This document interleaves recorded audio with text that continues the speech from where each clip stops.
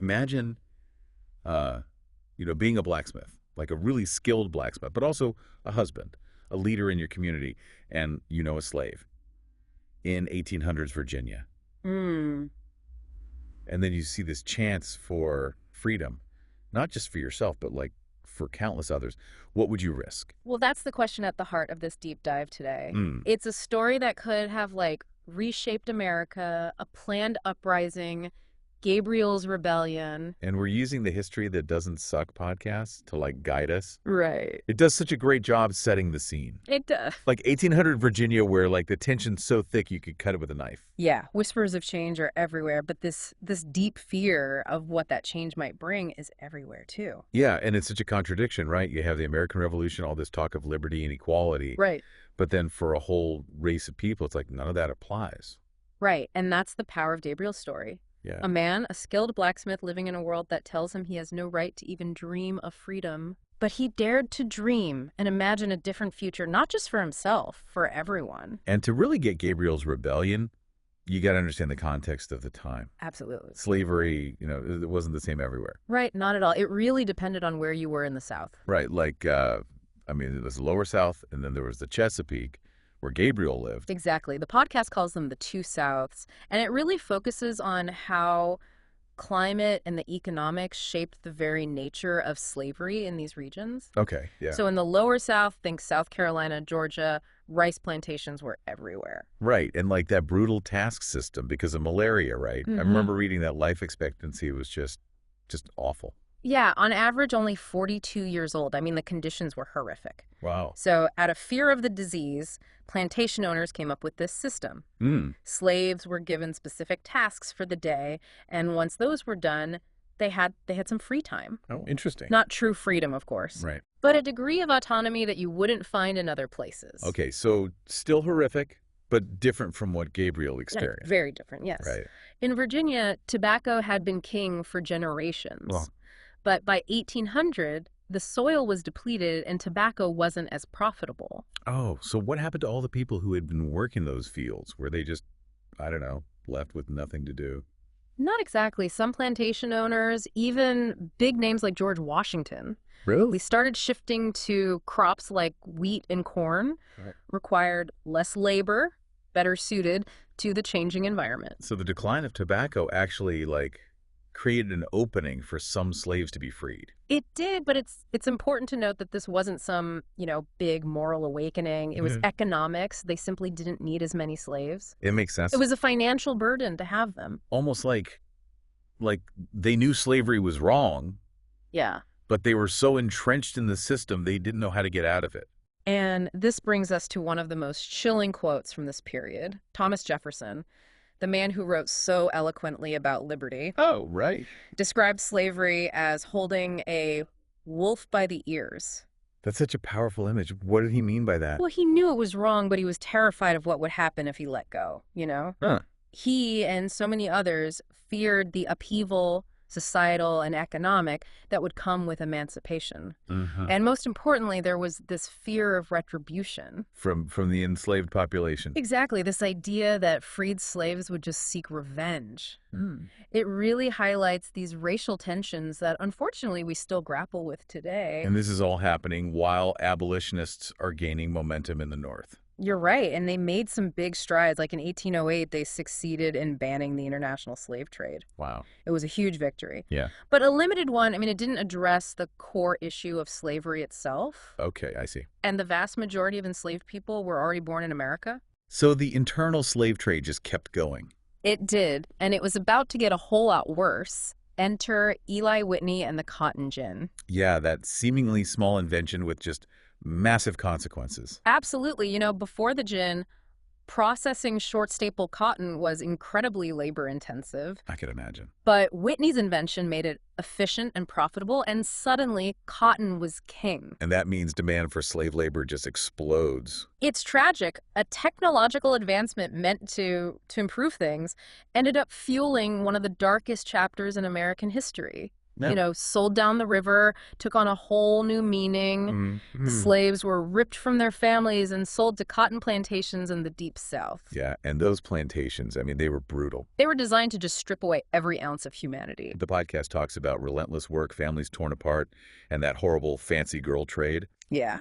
It's hard to even imagine the suffering. But even in the face of this cruelty, there were people who resisted. People like Gabriel, he saw hope in all that darkness. And he wasn't just reacting to the horrors of slavery. He was inspired by the ideals of the American Revolution. Oh, interesting. He believed that all men are created equal, regardless of race. So how did he plan to turn that belief into action? How did he envision freedom for himself and his people? Well, he starts with a bold plan, a rebellion, right here in Virginia. Wow. And it was a plan that required incredible courage, strategic thinking, and a belief in something bigger than himself. Okay, so this is where it gets really interesting. Right. A blacksmith, a husband, a leader becomes something more, something that would challenge the very system he lived in. And it all started with a whisper that would turn into a roar. A roar that would shake Virginia to its core and leave a mark on American history forever. So we left off with Gabriel, this incredibly determined man, ready to fight for his freedom and the freedom of others. I can't even imagine having that weight on my shoulders, all that hope riding on him. Yeah, it was a massive undertaking, no question. And his plan, as history that doesn't suck details, it was incredibly ambitious. This wasn't just about escape.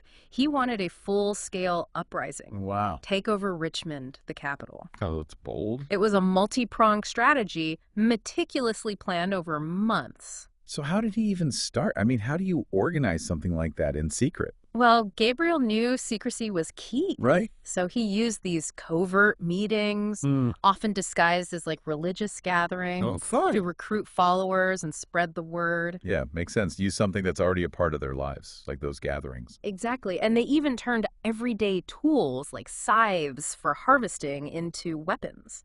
Yeah, blacksmiths like Gabriel himself played a key role, forging these crude but effective swords. So they were preparing for a fight, like a real confrontation with the militia. They knew violence was unavoidable, but Gabriel, his vision wasn't about revenge. The goal was to take Governor Monroe hostage, seize the arsenal at the penitentiary, and then negotiate freedom for all enslaved people in Virginia. Wow. So it was almost like he was trying to mirror the American Revolution? Yeah. Strategic force to achieve a political goal? Definitely parallels there. And what's really remarkable is the scope of his plan. He wanted to liberate thousands of people, create a free black state right here in Virginia. That's freedom on a scale that we rarely ever see. Yes. But we know history had other plans. It did, tragically. Right. So the date's set, August 30th, 1800. The rebels are getting ready, filled with this mix of hope and fear. Oh, I bet. But then nature steps in. You're talking about the storm? Exactly. The one the podcast calls one of the most extraordinary falls of rain ever known. I remember that. Roads were washed out. Travel was near impossible. So what do they do? Do they risk it or? It was agonizing, knowing that every delay brought more risk of discovery. Yeah, I can only imagine. They decided to postpone, Okay. hoping the storm would pass. But then there were the betrayals, right? The whispers of rebellion had reached the white community. Fear was everywhere, paranoia. And then, in the middle of the storm, two enslaved men, Pharaoh and Tom, Right. they reveal the plot to their master, hoping to gain favor, maybe even their freedom. Oh, that must have been devastating for Gabriel and his followers. It was a crushing blow. Huh? Governor Monroe, armed with this new information, he acts fast, mobilizes the militia, sends them out into that storm to put down the uprising. Which, of course, they don't find because it was postponed. Right. But the damage was done. Oh, yeah. The fear was palpable. Suspicion hung heavy in the air. Sounds like a witch hunt. In many ways it was. People were arrested on the flimsiest evidence. Wow. Their lives just ruined by accusations, and of course the authorities were desperate to find Gabriel. He went into hiding, didn't he? He did, and there was a reward for his capture. I remember that. Started at $150 and climbed to $600, a huge sum back then. Shows how seriously they took this threat. They wanted to make an example of Gabriel. Yeah, and all this while his followers, the ones already captured, they were facing these quick and brutal trials. Yeah, the trials were a foregone conclusion. The justice system was rigged against the enslaved. And with the fear after the planned uprising, there was no pretense of fairness. It's hard to imagine knowing that you're going to lose no matter what. The podcast mentions Gabriel's brother, Solomon. Right. He was one of the first to be condemned. It breaks my heart to think about what that must have been like for Gabriel. You know, knowing that his own brother was paying the price for their shared dream. Yeah. And it's remarkable, even with that personal tragedy, Gabriel didn't break. Wow. He stayed strong, refused to betray anyone, even when he was facing certain death himself. Amazing. Meanwhile, Governor Monroe, he was grappling with the situation, you know. He had to uphold the law, but the thought of all those executions, it must have weighed on him. Yeah, I can see that, being caught between a rock and a hard place. He was in a tough spot, morally and politically. So what did he do? Well, he writes to Thomas Jefferson asking for advice. Oh, wow. So he turned to Jefferson, another man known for his complicated views on slavery. Yeah, it shows the uncertainty of the times. Even those in power were wrestling with this, you know. Monroe wanted to crush the rebellion, but he didn't want to seem like a tyrant. Yeah. Especially with the world watching, becoming more and more critical of slavery. So what did Jefferson say? Well, typical Jefferson, he's a little vague. Right. Recommends Monroe do what's absolutely necessary, but careful not to be quoted publicly, always the politician. So while the trials continue and Monroe's trying to figure things out, what about Gabriel? Does he escape? He does for a while, manages to board a ship headed for Norfolk, Okay. hoping to disappear in the crowds there, but a crew member recognizes him, Oh, no. lured by that reward money, and betrays him. Even in moments of what you think is safety, there's danger. Absolutely. Authorities stormed the ship, captured Gabriel, brought him back to Richmond in chains. Wow. A spectacle for the public, who had been terrified by the whole thing. Yeah, I can only imagine what the enslaved community must have felt, seeing their leader paraded through the streets as a captive. It's a perspective history often forgets. Right. We have the accounts of those in power, but the voices of the oppressed, their fears, their hopes, they're lost. It's a reminder that history is told from a point of view, and we got to work to find those missing voices to understand the full story. Exactly. So Gabriel's brought before Monroe, two men on opposite sides of a society on the brink. It was a tense encounter. Yeah, I bet. So does Gabriel confess or tell them more about his plan? He stays defiant, refuses to say a word, even facing death. That's incredible courage. He was committed to the cause. His silence spoke volumes. And what about Monroe? He was taken aback by this, calls an emergency meeting with his council, trying to figure out what to do, all while the trials of Gabriel's followers continue. Chilling backdrop to all the politics. By the time Gabriel's own trial starts, on October 6th, over 20 of his followers had been hanged. Oh, wow. Their bodies left as a warning to anyone else thinking about freedom. Brutal. And Gabriel, knowing his fate, he still refused to cooperate. So powerful. The evidence against him was overwhelming, so the trial was a foregone conclusion. He was sentenced to death. Another martyr in the fight for freedom. But even though his rebellion failed, his story would inspire others for generations to come. Yeah, a legacy that goes way beyond that courtroom. Absolutely. Before we get into the impact of Gabriel's rebellion, let's take a moment to think about what happened after the trials, what happened to those who followed Gabriel's call. Yeah, it's hard to think about what happened to everyone after the trials. I mean, Gabriel and many of his followers, they met a tragic end. Right, but what about the others? Yeah. Well, the aftermath was this mix of cruelty and, I guess, what some might call a warped sense of mercy.